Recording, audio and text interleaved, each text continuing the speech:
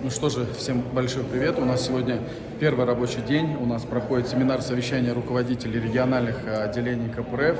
Я просто хочу сказать, что эти мероприятия у нас плановые, ежеквартальные. В течение года 4 раза минимум мы встречаемся и обсуждаем.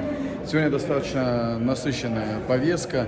В данный момент у нас идут доклады по направлениям. Ну и, соответственно, после того, как прошла процедура регистрации, мы посмотрели несколько очень интересных фильмов телеканала «Красная линия», посвященные в том числе и дружбе между Россией и Китаем, то есть прогрессу Китайской Народной Республики по отраслям промышленности, по народному хозяйству и так далее. То есть некие примеры того, к чему можно стремиться и каким образом можно налаживать межгосударственные связи в том числе. И здесь была отмечена большая роль именно КПРФ, наших представителей и депутатов в участии во всевозможных общественных проектах, организациях Союза дружбы между Китаем и Россией.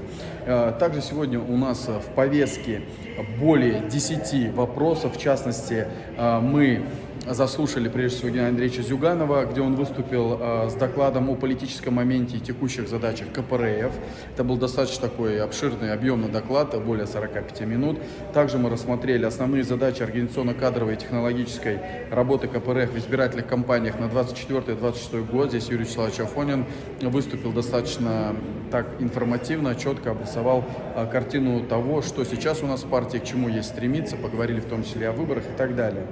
Также, безусловно, рассмотрели вопрос КПРФ на патриотическом марше в борьбе с фашизмом и глобальным империализмом. Это Кашин, депутат Государственной Думы. Результативная идеологическая борьба как условие политической устойчивости партии. Это Дмитрий Новиков.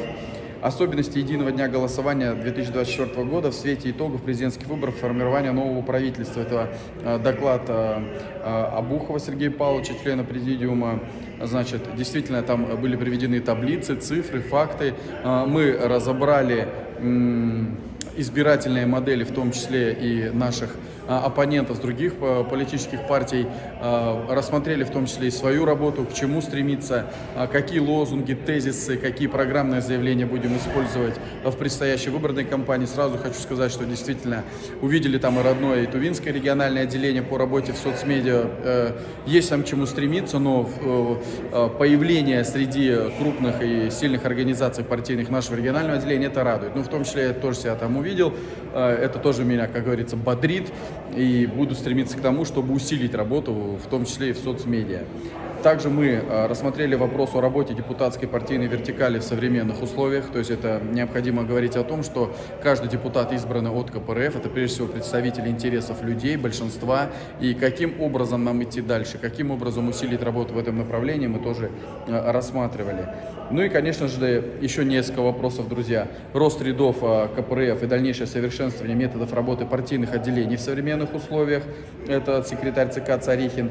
Вопросы борьбы с антисоветизмом, русофобией и неофашизмом в программе Центра политической учебы. Это Аниховский секретарь. И также алгоритмы борьбы при голосовании на выборах и закреплении его результатов. Калюша. Соответственно, и секретари региональных отделений партии тоже выступают. И еще в данный момент тоже это все у нас идет. Вот такой у нас первый день совещания руководителей региональных отделений КПРФ.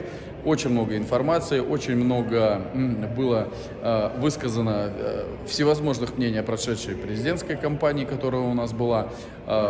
Адекватно относимся ко всему, оценка абсолютно верная. То есть еще в следующем видео я обязательно вам дам свое мнение по этому поводу. Поэтому с вами был Роман Тамоев, совещание руководителей региональных комитетов КПРФ из Подмосковья. Всем большой привет!